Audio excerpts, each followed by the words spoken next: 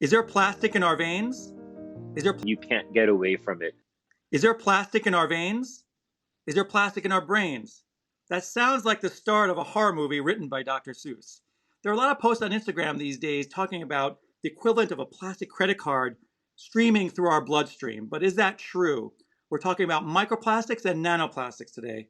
And so this is on the tip of everyone's tongues because there have been studies over the years and a recent initiative, a $144 million initiative called STOMP through the federal government that is aimed at looking at how microplastics affect our lives and how we can identify it and possibly remove it. But first, we need to understand better what it does.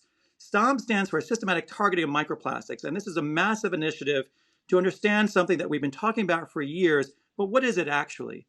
Microplastics are parts of plastics that are smaller than a grain of rice and shed from plastics. And plastics come from everywhere in our daily life, whether it's from plastic water bottles, synthetic clothing that we wear and the fibers leak off, or tires that wear down over time that we might inhale, and so many other sources of plastic.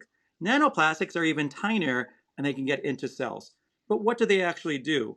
There are studies looking at whether or not they cause inflammation, and there's a lot more supportive evidence that it might be involved in different diseases, like cardiovascular disease, potentially cancer, and a host of other diseases. And so today we're going to look back at 2024, a paper published from a study called APACHE.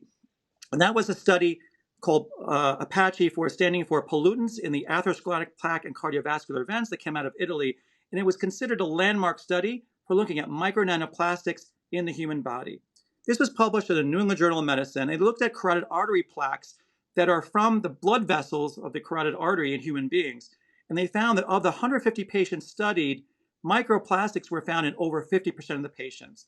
Moreover, when they looked at the ones that had plaque-containing plastics, there was a significantly higher risk, almost five-fold higher, of stroke, myocardial infarction that we know in common wording is heart attack, or death, suggesting a severe impact on cardiovascular health.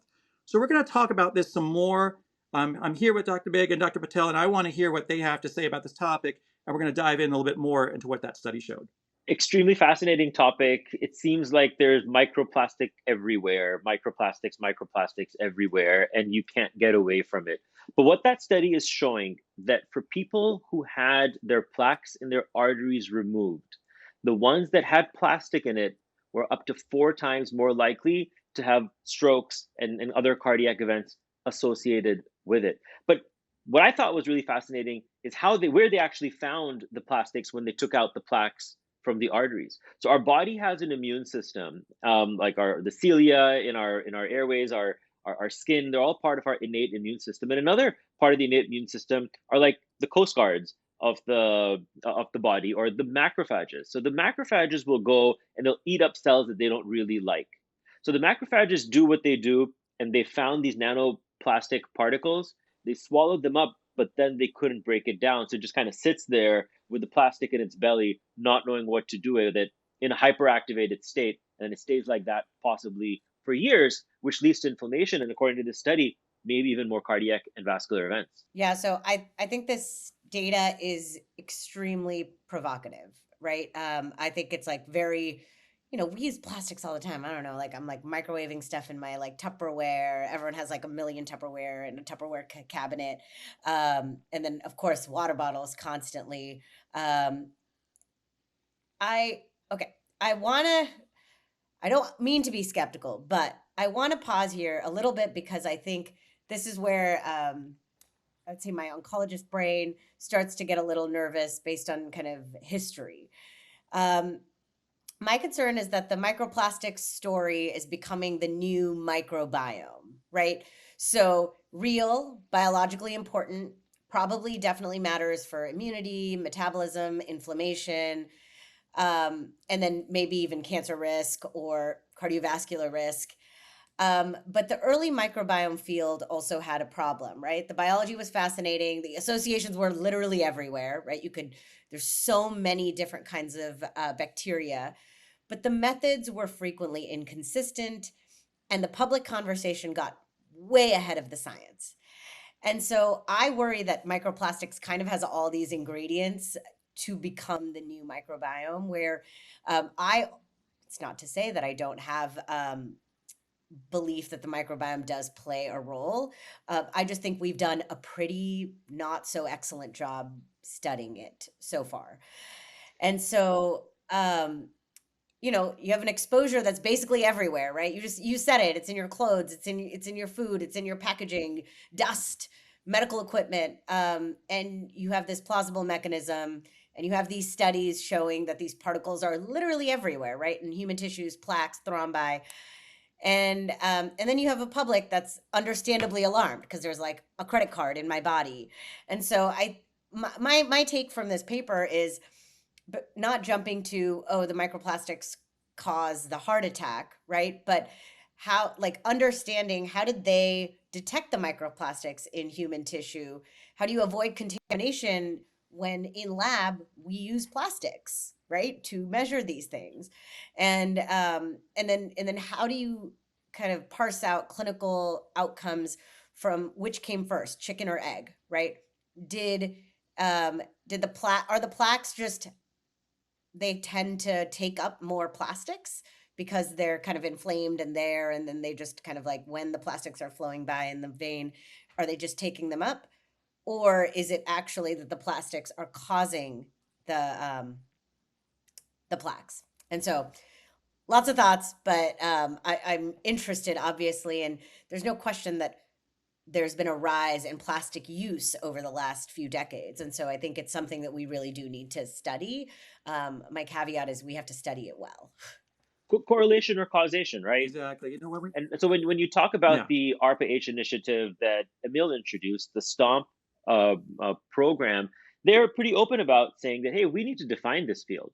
We need to define what mhm. microplastics are, what is their metabolism, which are the ones that are making their way into the body, what allows some of them to make it into the body, and then what are its impacts on different parts of our biology.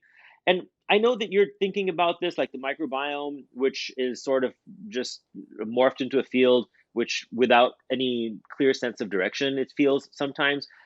But I'm worried that could this be the next asbestos that we thought was an inert substance that wasn't really causing medical problems, but lo and behold, it's leading to a plethora of medical problems? Or is this like smoking, where people are just waiting, where the most common excuse for inaction is actually, well, we need more data and we need more data, and we miss out on a decade of progress where we could start intervening and making changes in the way we live, in the way we produce, in the way we consume, which can make a difference on our lives and those around us. Yeah, it's kind of scary because you both touch upon great points, and it just makes me remember when I lived in New York City, way high up around the Upper East Side, moving on up. I hope you all get that reference. But there was a silt of black when I opened my window and had the screen. There was a silt of black, and I always imagined it was tires from all the trucks in the street that not only had the exhaust going, but the tires were going. And I'm like, wow, we inhale this. I just remember just thinking about it. I never thought about it again until maybe this conversation. I think microplastics, and if they shed fibers from our fast fashion, not that I'm fast fashionable, but fast fashion synthetic fibers, not just plastic water bottles, but all surround our daily life. It's like, oh my gosh, you can't even avoid it. But I like to the extent the microbiome example. In the past year, we've covered this before, right? Colobactin, right? A study came out in Nature, and it came out again. It was presented again at the recent AACR, American Association for Cancer Research annual meeting. But I think where we have to take pause is, here's one bacteria, colobactin, but there's how many thousands of others. So how do you get something that's there and then you see this clinical outcome, as opposed to it's there and it caused something? I can say, I can share with from the lab standpoint, we're actually looking at this problem in my lab. If you add microplastic spheres or particles that you can track and they get absorbed into the cell, it sets off a fireball of inflammation. So if cancer cells that are already inflammatory take it on, they become at a higher level of inflammation. If you have non-cancer cells, they almost look cancerous. It's kind of scary. I'm just talking under the microscope. In that limitation, but Shruti, you brought up a good point that the field, and I think this ARPA initiative, part of it is accurate detection, where the field is still trying to figure out, well, a lot of what we use in the lab is plastic, and so how do you avoid contamination, and how do you accuracy of measurement? And so this study, the APACHE study, looked at the carotid plaques and found that association with higher cardiovascular death.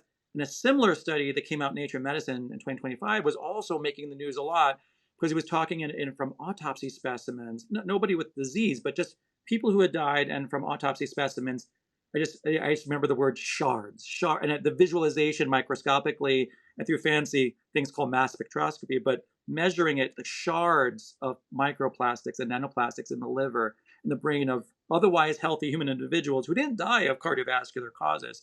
But in this study, when they found the microparticles, they were associating them with oxidative stress and DNA damage and other things that are known to cause the outcomes that we know clinically as stroke and heart attack and other problems. But they found these micro nanoplastics in more than half of these carotid plaques, and so that's where they led to the nearly 5 times cardiovascular risk. So, but a lot to be had in this field. I like the analogy with the microbiome. I'll buy it. Yeah, and I was gonna say, I do see what you're saying though about waiting, right? Sometimes I think we wait for too much data, right? And then you think about if you were worried about it before, why didn't you just do it, right? And I the analogy I will give is it's a very kind of niche analogy, but um, in MSI high colon cancer, so there's like for our listeners, there's a specific kind of colon cancer that has that immunotherapy works for, and a lot of like we knew it worked in stage 4 disease, and many people there was a kind of, I would say, two camps. Some people said, well, if we know it works in stage 4 disease, shouldn't we just start using it already in the earlier stage diseases because we know biologically that makes sense? And there was obviously a camp of people that said we don't have the data yet, and we just got the data last year. And I do believe I'm in the camp of like you go rogue when you think the biology is there, and even if you don't have the so I was giving the immunotherapy before the data came out, and I feel like it's, sometimes you gotta look at the science before, like the 300 400 patient big trial that comes out, and so it's kind of like similar, right? Look, yeah, there should not be any plastics in my fish. Now, they did a study where they evaluated plastic content, microplastic content in the 5,000 feet, like the dark depths of the ocean, and they found very large amounts of microplastics in the fish. And now you're like, how did the microplastics get 5,000 feet under the sea? And it turns out that most of the pollution and most of the plastics are present on the surface of the ocean, like we know.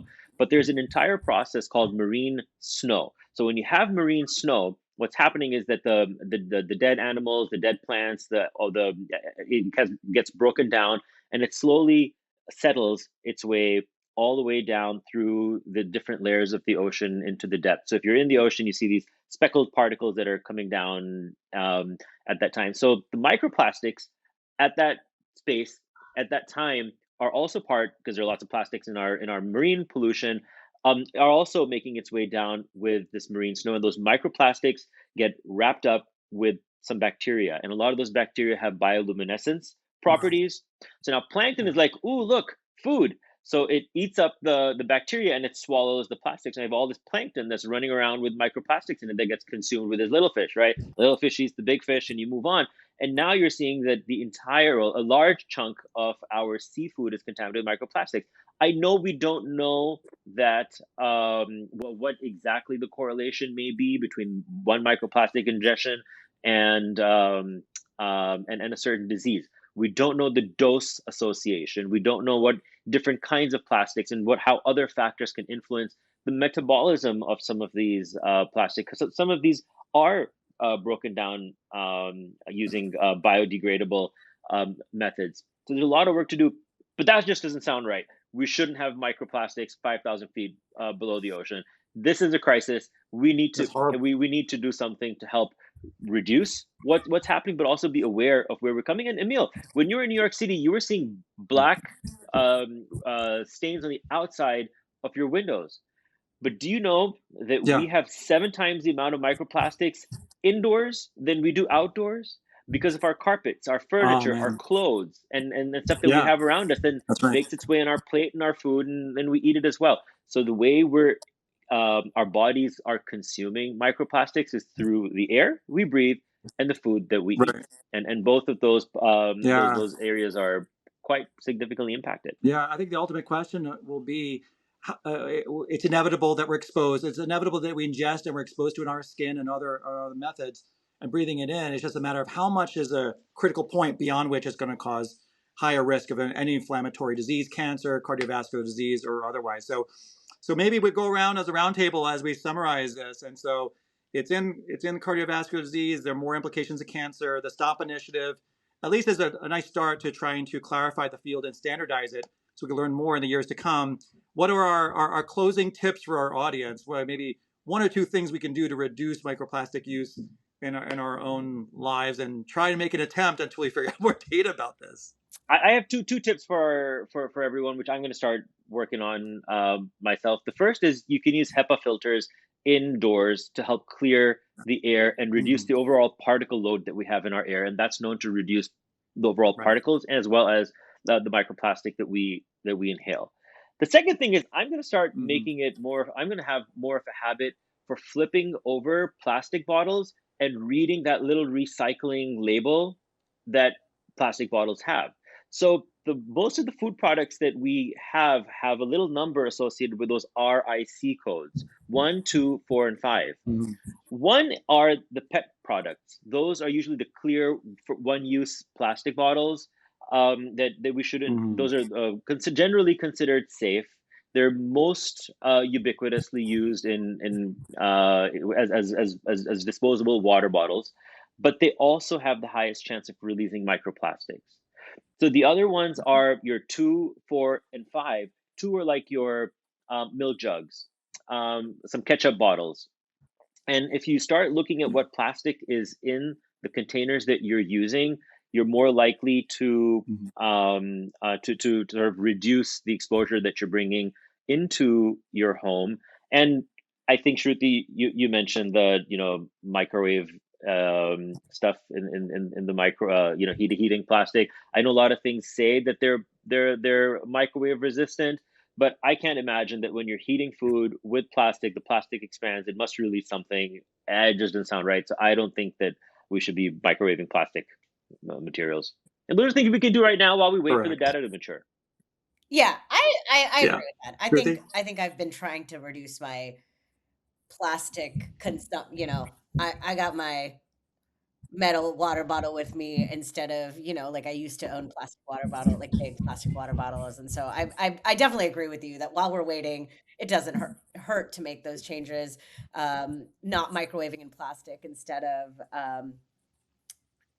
glass. And the one thing that Emil taught me a year ago, who knows, is that I now avoid those really fancy tea bags. So the plastic tea bags. I try to, I know they look fancier and I love to be bougie, but I go for the paper, kind of the paper tea bags instead, or obviously loose leaf if I'm at home, because they release quite a few microplastics when that hits that hot water. It's, I don't know. I don't. That's right. I just don't feel good about it anymore, even if it's not clinically shown to do anything. I just don't feel good about it. And Shruti, then what is your ginger tea recipe? My ginger tea recipe. Oh, it's a shit ton of ginger. And then, but if you're talking about my cha recipe, yes, your cha recipe. Yes, you're talking about my cha recipe. It is obviously you cha first, then you gotta you let it boil with lemongrass and ginger, and then I put milk in it, and then I put my mom's mom special masala, which she gets from India. I don't actually know where it is. It's from Surat, Gujarat, and I put that in, and it is bomb. It is bomb. So who needs tea bags? Yes. Right? Who needs tea bags? You're right. Who needs tea bags? No, exactly. That's exactly. Grandma's recipe. Totally. So whether it's chai or Persian tea, it's also a strong preference, or others. Score one for the chemists. The study I shared with Shruti from about a year and a half ago, 1.2 billion particles per milliliter shed by plastic tea bags. So maybe that'll make that one of my points. You're going for takeout, you get those black vinyl things. Don't microwave that. Put it on a plate. And I would say I learned about water filters also. So microplastics are in our water, and filtering it is another measure against that. So there are a lot of things we can do, a lot of things we can learn. I think with the ARPA initiative and a lot more researchers getting into the field, some of these ideas and the study that we covered today from the APACHE, that learning whether or not there's cause and effect or association, we're going to learn a lot of these things in the years ahead. So microplastics, we don't necessarily have a credit card in our veins. Is plastic in our veins? Is plastic in our brains? It's still questionable, but we'll learn more in the years to come. So thank you guys for joining and indulging on this topic. And thanks everybody for listening today. I hope you learned something. Wait, I have one more thing to say. Oh, yes. We got to save the fish. We got to save the fish. Save the fish. That's like so sad. This is about environmentalism Save the too. fish. Save the fish. We'll end on that. Save the fish.